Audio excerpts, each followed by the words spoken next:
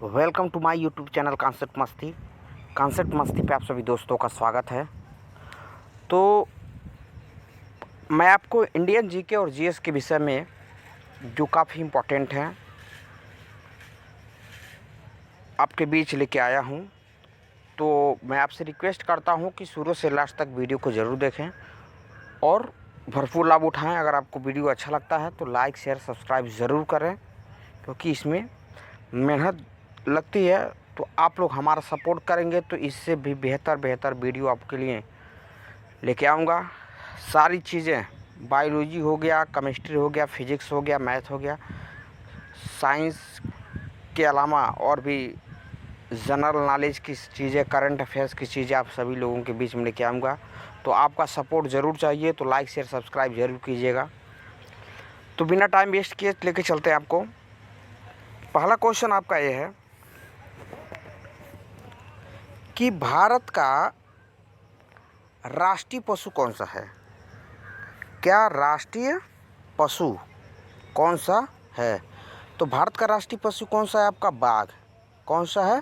बाघ। ठीक। दूसरा क्वेश्चन पे आते हैं। दूसरा क्वेश्चन आपका बोल रहा है भारत का राष्ट्रीय पक्षी कौन सा है? तो भारत का राष्ट्रीय पक्षी कौन माना जाता है? मोर। क्या माना जाता है? मोर भारत का राष्ट्रीय पक्षी माना जाता है, मोर। उसके बाद से अगले क्वेश्चन पे आ जाइए। भारत का राष्ट्रीय जलीय जीव कौन सा है?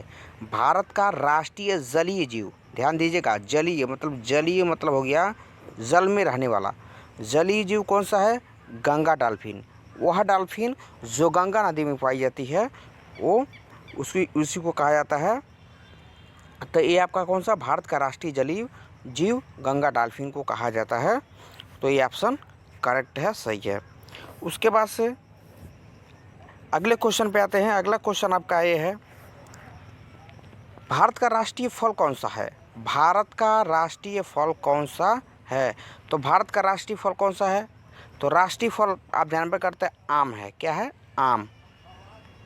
आम भारत का राष्ट्रीय फल माना जाता है, राष्ट्रीय फल आम। और उसके बाद अगला क्वेश्चन देखते हैं, भारत का राष्ट्रीय फूल कौन सा है? राष्ट्रीय फूल, ध्यान देंगे, भारत का राष्ट्रीय फूल कौन सा है? कमल, जिसको इंग्लिश में बोलते हैं लोटस। क्या बोलते हैं? लोटस। तो भारत का राष्ट्रीय फूल कौन सा है? आपका कमल का फूल है, कमल का फूल।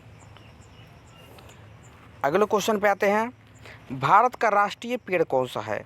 भारत का राष्ट्रीय पेड़ कौन सा है? तो भारत का राष्ट्रीय पेड़ क्या है? बरगद है। क्या है?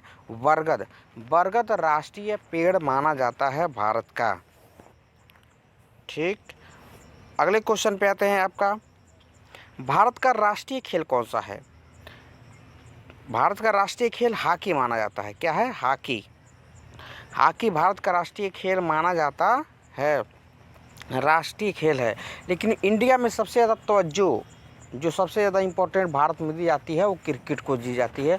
तो आप सभी लोग जानते हैं कि भारत में राष्ट्रीय हॉकी जो खेल माना जाता है, राष्ट्रीय हॉकी, इनमें बहुत सारे लोगों को अभी इंडियन जो हॉकी प्लेयर हैं उन लोगों का नाम नहीं पता होगा। कौन गोलकीपर हैं, कौन फॉरवर्ड हैं, बहुत सारे लोगों का नाम नहीं पता होगा। तो मैं आपसे रिक्वेस्ट करूंगा कि आप लोग क्रिकेट के साथ साथ हॉकी को भी तवज्जो दें, इनको प्रोत्साहित करें, इनको देखें, इनको समझें और जानें। तो आपका भारत का राष्ट्रीय खेल कौन सा हो गया? हॉकी हो गया। उसके बाद अगले क्वेश्चन पे आते हैं हम। अगला क्वेश्चन आपका क्या कह रहा है, भारत का राष्ट्रीय गीत कौन सा है? भारत का राष्ट्रीय गीत कौन सा है? वंदे मातरम है। क्या है? वंदे मातरम। वंदे मातरम भारत का क्या है?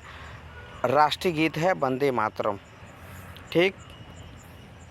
अगला क्वेश्चन आ जाते हैं। अगला क्वेश्चन है, हमारा राष्ट्रीय पंचांग कौन सा है? तो राष्ट्रीय पंचांग, जिससे हम लोग पंचांग देखते हैं, कैलेंडर देखते हैं, शक संवत को माना जाता है। शक संवत राष्ट्रीय पंचांग माना जाता है, शक संवत। उसके बाद से अगले क्वेश्चन पे आ जाते हैं हम। अगला क्वेश्चन आपका है, राष्ट्रगान गाने की अवधि कितनी है? अवधि मतलब होता है समय। राष्ट्रगान को गाने के लिए कितने समय लिया जाता है, अर्थात कितने समय में राष्ट्रगान को गाया जाता है? तो आपका आंसर हो जाएगा 52 सेकेंड। कितना है? 52 सेकेंड। 52 सेकेंड आपका राष्ट्रगान गाने की जो अवधि होती है 52 सेकेंड होती है। ठीक, अगले क्वेश्चन पर आ जाते हैं। इसी तरीके से भारत के राष्ट्रीय झंडे की लंबाई और चौड़ाई में अनुपात कितना होता है? अनुपात मतलब रेशियो। राष्ट्रीय जो झंडा होता है लंबाई और चौड़ाई का अनुपात पूछ रहा है, तो लंबाई और चौड़ाई का अनुपात देख लीजिए कितना है, 3:2। अनुपात होता है रेशियो। रेशियो को हिंदी में, अनुपात को अंग्रेजी में बोलते हैं रेशियो। इसका जो अनुपात है वो 3:2 होता है। 3:2 अर्थात लंबाई आपको 3 मानी जाएगी और चौड़ाई आपकी कितनी मानी जाएगी? चौड़ाई आपकी 2 मानी जाएगी। अर्थात अगर लंबाई आपसे 3 मीटर दिया रहेगा तो चौड़ाई उसकी कितनी हो जाएगी? 2 हो जाएगी। ठीक, अगले क्वेश्चन पर जाते हैं। इसी तरीके से अगला क्वेश्चन आपका है, भारत का राष्ट्रगान किसने लिखा?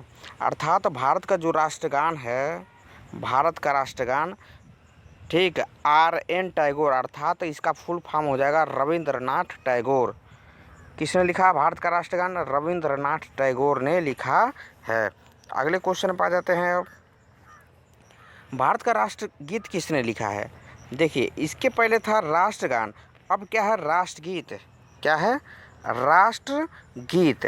तो राष्ट्रगीत किसने लिखा है? बंकिम चंद्र चटर्जी जी ने लिखा है। किसने लिखा है? बंकिम चंद्र चटर्जी जी ने लिखा है। उसके बाद से अगला क्वेश्चन पर आ जाते हैं हम।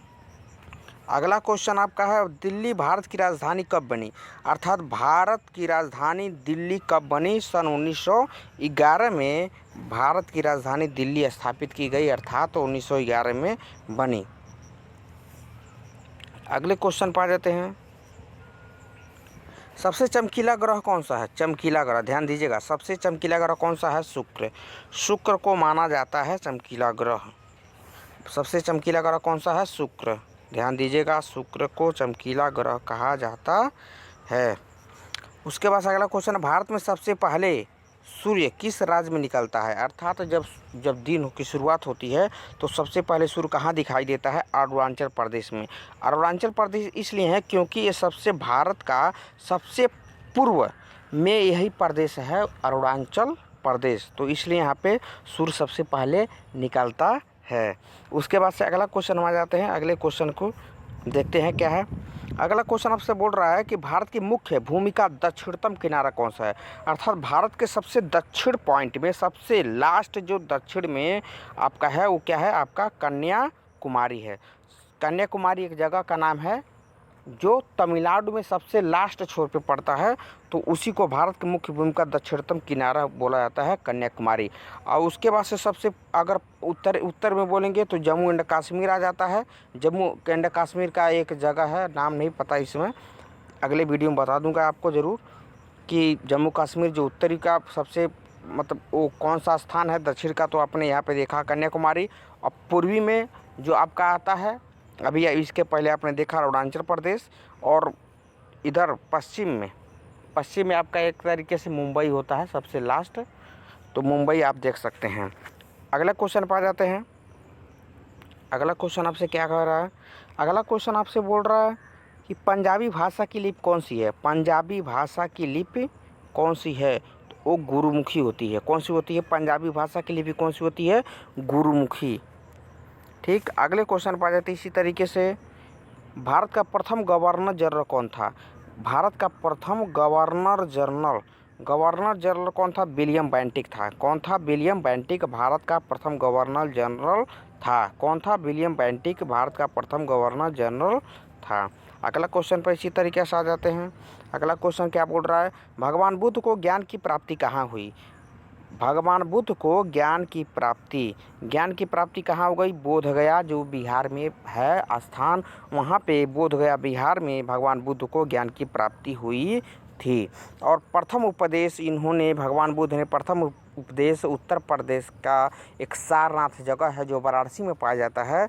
वाराणसी जगह में सारनाथ जगह पे वहाँ पे इन्होंने प्रथम उपदेश दिया था। लेकिन ज्ञान की प्राप्ति कहाँ हुई थी?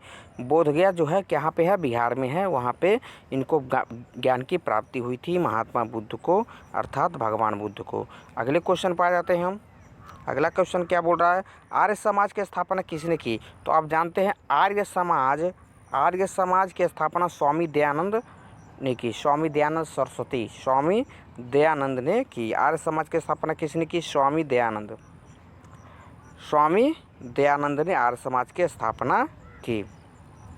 एक दूसरे हैं वो दयानंद सरस्वती, स्वामी दयानंद सरस्वती जी हैं। एक हैं स्वामी विवेकानंद आप नहीं मानिएगा, स्वामी विवेकानंद वो दूसरे हैं। लेकिन आर्य समाज की अगर स्थापना की बात किया जाएगा तो स्वामी दयानंद सरस्वती जी हैं। स्वामी दयानंद सरस्वती, इस बात को याद रखेंगे। आर्य समाज की स्थापना किसने की? तो स्वामी दयानंद सरस्वती ने। उसके बाद अगला क्वेश्चन देख लीजिए, जलियांवाला बाग हत्याकांड। जलियांवाला बाग हत्याकांड अगला क्वेश्चन आपका है। जलियांवाला बाग हत्याकांड कब और कहाँ हुआ? तो जलियांवाला बाग हत्याकांड आप जानते हैं कि जलियांवाला बाग हत्याकांड सन 1919 में अमृतसर में हुआ था। कहाँ पे हुआ था? 1919 में अमृतसर में हुआ था।